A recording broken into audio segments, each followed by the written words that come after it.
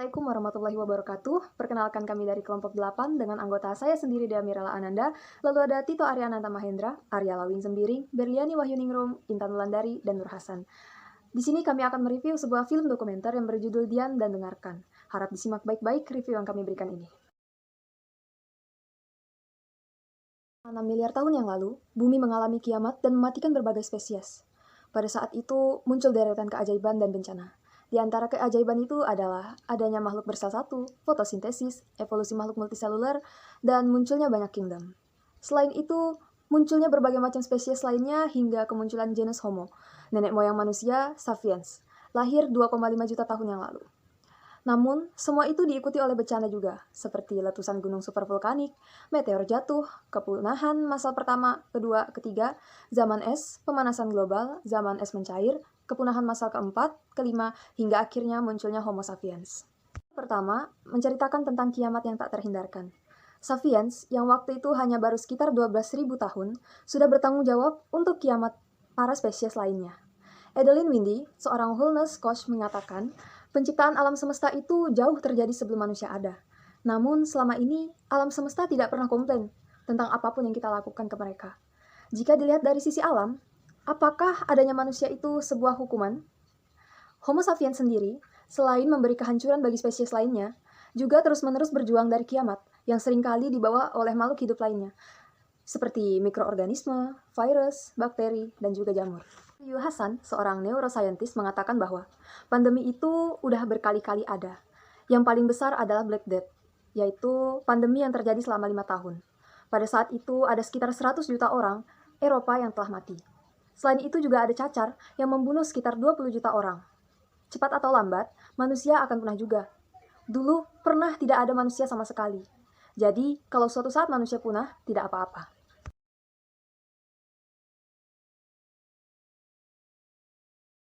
Belum pernah ada makhluk hidup yang hidupnya ditentukan oleh satu spesies, yaitu manusia.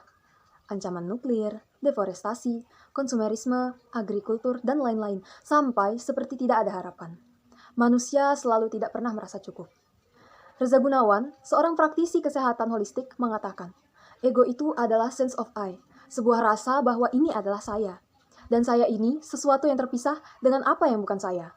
Insting untuk bertahan hidup itu, menurut saya, sudah ada dalam organisme terkecil. Dia mengatakan, di zaman pandemi sekarang ini, kita manusia harus belajar untuk menerima ketidakpastian, seperti kapan selesainya pandemi ini, dan lain-lain. Dr. Ryu juga mengatakan lagi, virus COVID-19 ini hingga saat ini telah membunuh sekitar 120.000 orang. Sedangkan orang meninggal karena sakit jantung sehari itu sekitar 48.000. Sedangkan penduduk bumi sekitar 7 miliar. Jadi, masih banyak yang bertahan. Cepat atau lambat, manusia akan punah, entah itu karena COVID-19 atau bukan. Ya, saya akan melanjutkan review tentang film dokumenter Diam dan Dengarkan bagian kedua atau chapter kedua yang berjudul Mensana Impersonal. Mensana Impersonal ini berkaitan dengan kesehatan mental. Apa itu sih kesehatan mental? Kesehatan mental itu adalah faktor pembentuk cara manusia melakukan aktivitas atau kegiatannya sehari-hari dan juga sebagai hubungan timbal balik antara manusia dengan lingkungannya. Nah, contohnya seperti hewan, tumbuhan, dan bahkan alam pun bisa menjadi hubungan timbal balik bagi manusia. Contohnya seperti air, udara, dan tanah. Dan juga saya akan menjelaskan sebenarnya jika kesehatan mental kita yang tidak dikelola atau tidak baik itu akan menyebabkan implikasi atau dampak besar bagi kesehatan fisik kita, karena kesehatan psikomatis dan penyakit kronis itu banyak terjadi terkait psikologis juga. Nah, maksudnya itu jika kesehatan mental kita tidak baik atau tidak dikelola dengan baik, maka kita akan mudah atau terkena serangan penyakit mental, contohnya seperti gangguan jiwa gitu, atau menjadi orang gila atau TGJ. Nah, dan saya juga ingin menjelaskan banyak manusia yang sulit beradaptasi ketika ada terjadinya perubahan yang secara tiba atau spontan. Contohnya seperti masuknya COVID-19 kemarin. Masuknya COVID-19 kemarin menyebabkan ketakutan dan kecemasan yang luar biasa. Karena manusia sebelumnya belum pernah mengalami hal tersebut. Sehingga banyak manusia yang mengalami ketakutan dan kecemasan.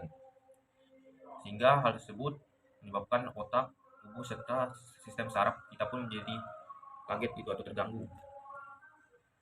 Dan juga saya akan menjelaskan kalau kita bicara tentang saraf, sistem saraf. Sistem saraf itu dibagi menjadi dua bagian penting, yaitu simpatik dan parasimpatik. simpatik itu seperti fight or flight atau yang bisa diartikan melawan atau lari.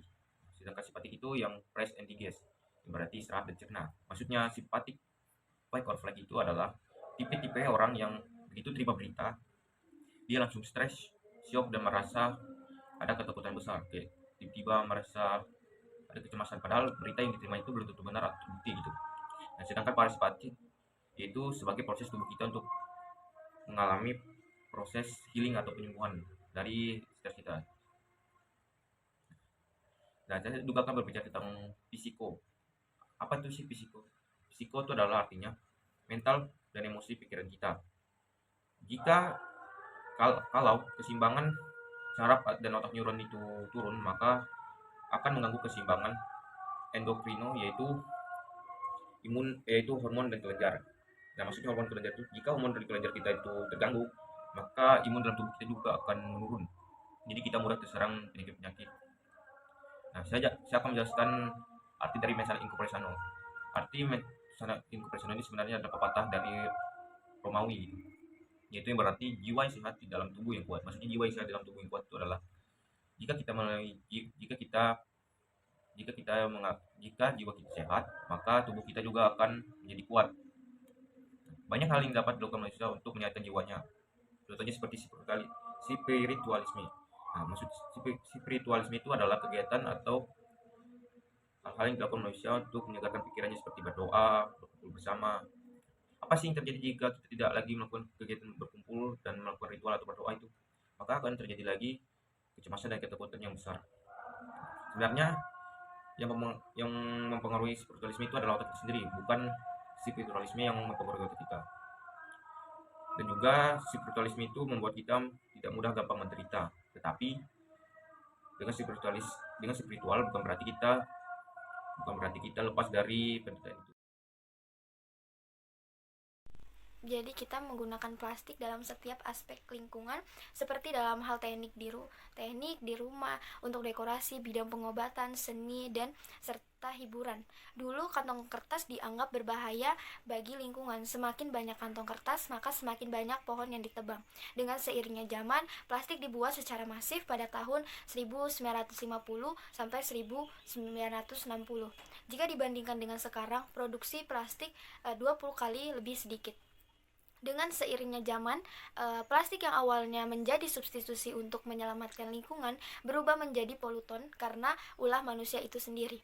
Plastik juga mendominasi jenis sampah seperti bungkus makanan ringan dan produk sasetan. Permasalahan Indonesia saat ini adalah plastik sekali pakai. Karakter sampah di Indonesia dianggap berbeda di tiap daerahnya. Sampah di ibu kota Jakarta dalam kurun waktu 2 hari bisa membangun satu candi Borobudur. 80% sampah itu berasal dari kegiatan yang ada di darat dengan sifat yang sulit terurai, menjadikan sampah plastik penghuni tetap di bumi. Bahkan sampah plastik sampai ada di tempat yang belum pernah dijamah oleh manusia, seperti Palung Mariana. Di Indonesia baru sampah plastik menjadi polutan pada tahun 2000-an, dengan buktinya bahwa di laut kita ada sekitar 5 triliun butir sampah. Mikroplastik yang terkandung dalam plastik sudah sampai masuk ke plankton, yang dimana sebagian ikan-ikan di laut itu sumber makanannya ialah plankton.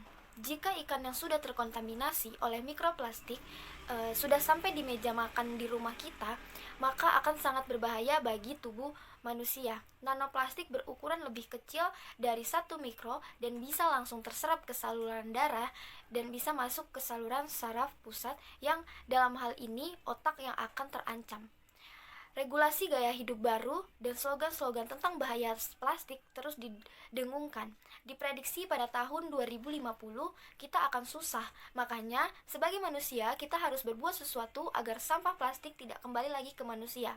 Pada saat COVID-19, penggunaan plastik menurun sangat drastis karena manusia hanya diam di rumah, dan di ibu kota sendiri penurunan jumlah sampah berkisar 620 ton per hari. Selama masa pandemi, banyak pengurangan emisi, bahkan udara di Indonesia jauh lebih bersih. Lapisan ozon bumi berlangsung sembuh sehingga efek rumah kaca mulai bisa dikurangi.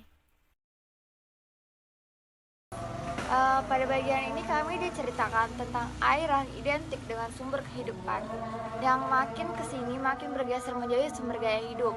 Pada bagian ini juga kita disajikan banyak sekali data yang menunjukkan bahwa air yang kita kira nggak terbatas itu ternyata justru sangat terbatas. Selain itu, juga ada data tentang konsumsi air yang dipakai untuk memproduksi produk-produk yang kita gunakan dalam kehidupan kita sehari-hari atau untuk memenuhi gaya hidup kita. Pesan yang dapat diambil dari bagian ini adalah tentang perubahan gaya hidup yang bisa berdampak besar bagi lingkungan dan bagi sumber daya alam.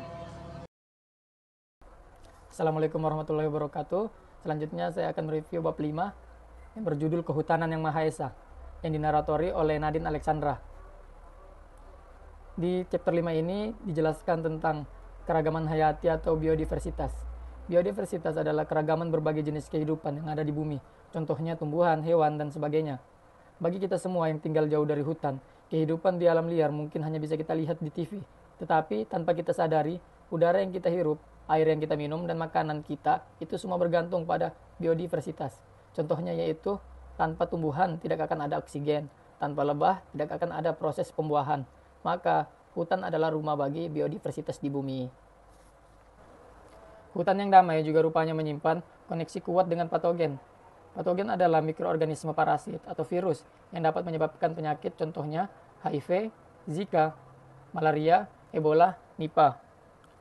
Semua virus tadi berasal dari daerah perbatasan hutan yang digunduli.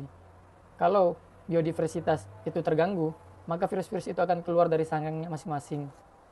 Rusaknya biodiversitas juga berpengaruh langsung pada perubahan iklim dan global warming. Permasalahan biodiversitas ini lebih gawat karena saat suatu spesies punah, maka tidak ada jalan mengembalikannya. Di bumi sudah ditemukan 1,7 juta spesies makhluk hidup dan diperkirakan ada 9 juta spesies yang belum ditemukan. Dan tercatat sejak 40 tahun terakhir jumlah hewan liar di dunia berkurang hingga separuhnya. Ini akibat ulah manusia yang mempercepat kepunahan spesies 1000 kali lebih cepat dibandingkan proses alaminya. Penggundulan hutan selalu dilakukan dengan alasan agrikultur, yaitu upaya membuat pangan pada sektor pertanian yang berarti membutuhkan tenaga manusia dalam proses budidayanya. Di antaranya membuka lahan peternakan, minyak, sawit, industri kayu, pertambangan batu bara, dan produk-produk yang dihasilkan itu kita konsumsi di setiap harinya, seperti kelapa sawit menjadi minyak goreng, kayu menjadi kertas, furnitur, batu bara menjadi listrik. Dengan mengurangi makanan gorengan, hemat dalam menggunakan kertas, mengurangi konsumsi daging, hemat listrik, sudah merupakan kontribusi nyata dengan mencegah pengundulan hutan. Secara langsung kita menyetop kepunahan massal hanya dengan merubah pola pikir kita. Karena tanpa hutan tidak ada lagi biodiversitas, tidak ada lagi ekosistem, tidak ada oksigen, tidak ada air, tidak ada kehidupan. Selanjutnya saya akan mereview video Diam dan Dengarkan pada chapter 6. Manusia adalah spesies yang unik. Otak yang besar dan daya intelektual tinggi adalah sesuatu yang membuat kita istimewa. Namun, hal yang paling utama adalah kemampuan kita untuk membangun kesadaran kolektif mulai dari suku, agama, birokrasi kerajaan, kapitalisme, demokrasi pasar saham, serta sistem media sosial. Namun ironis, dengan sistem yang telah terbentuk ini, selalu ada mereka yang berada di atas dan mereka yang berada di bawah. Menjadi yang paling berkuasa, menjadi yang paling kaya dengan harapan bisa menemukan kebahagiaan di sana. Ada sebuah kalimat yang berbunyi, uang tidak bisa membawa kebahagiaan. Ini terdengar sangat naif. Pada video ini diceritakan ada seorang pria yang menempuh pendidikan di sekolah yang sangat bagus di San Francisco. Ia merupakan anak dari Murdaya Po, yaitu seorang pebisnis kaya dari penjualan koran hingga mampu membangun pondok indah. Dengan kekayaan yang begitu melimpah, pria ini seharusnya merasa sangat bahagia. Namun kenyataannya tidak seperti itu. Ia tidak boleh berbicara dengan semua orang dan itu membuatnya kesepian. Ia juga selalu bekerja menjalankan bisnisnya hingga pukul 3 atau bahkan paling lama sampai pukul 5 larut malam. Terkadang apapun yang ia perbuat akan selalu salah di mata orang tuanya. Sampai akhirnya ia mendapat masalah pribadi dan memiliki gangguan kesehatan. Dari sini kita tahu bahwa uang hanya membawa kebahagiaan sampai pada level tertentu. Kebahagiaan berkolerasi dengan adanya uang. Karena akan sulit saat kebutuhan dasar, pendidikan, kesehatan, dan juga keamanan belum terpenuhi. Hans Rosling, seorang ahli statistik dari Swedia, membagi negara-negara menjadi 4 level berdasarkan pendapatan rata-rata pada tiap negara tersebut. Pada level 1, ia menyebutkan bahwa sumber air berasal dari sumur, makanan hanya terdapat satu jenis tanpa bervariasi, tidur beralaskan tikar, alat transportasi adalah dengan berjalan kaki. Pada level 2, ia menyebutkan mulai ada variasi makanan, mulai bersepeda, dan tidur di atas kasur. Pada level 3, pilihan makanan semakin bervariasi, bersepeda motor, berekreasi, dan mulai masuk pendidikan tinggi. Dan pada level 4, mobil adalah kendaraan sehari-hari, rekreasi dan perjalanan dengan pesawat terbang adalah hal yang wajar. Sumber makanan sudah mulai berprotein tinggi. Melalui data statistik ini, bisa dilihat dari tahun ke tahun tiap negara bergerak menuju kemakmuran. Pada tahun 2019, Indonesia sudah berada di level 3, setara dengan China, Brazil, dan Meksiko. Namun, tingkat kesejahteraan umat manusia berbanding terbalik dengan kesejahteraan bumi. Karena tingkat konsumsinya akan semakin jejak karbon adalah total emisi gas karbon yang dihasilkan dari proses konsumsi kita, seperti bahan bakar, barang manufaktur, bangunan, transportasi, serta konsumsi makanan. Makanan adalah hal penting. Semakin makmur kehidupan suatu negara, semakin makmur pula konsumsi makanan dan protein hewani mereka. Menurut laporan dari WWF, kita, manusia paling banyak mengonsumsi makanan tinggi protein hewani. Jika terus seperti ini, setidaknya kita membutuhkan 4 bumi untuk memenuhi makanan kita saja. Namun, apabila kita mengkonsumsi makanan berbasis nabati, kita akan bisa mencukupi kebutuhan masyarakat yang ada sekarang dan ditambah 4 miliar orang lagi. Mungkin kita pernah mendengar hormon yang membawa kebahagiaan, yaitu serotonin. Banyak yang berpikir bahwa serotonin diproduksi di otak, tapi ternyata 90% serotonin ini diproduksi di pencernaan kita, yang dimana bahan bakunya adalah berupa serat. Kita sebenarnya bisa mengembalikan perubahan iklim, yaitu dengan cara mengubah pola makan kita secara kolektif. Kesembuhan bumi itu benar-benar nyata, kalau setiap orang mau untuk ikut ambil bagian di semua bidang kehidupan, serta ikut menjaga lingkungan dan mengurangi konsumsi gas emisi yang ada di bumi.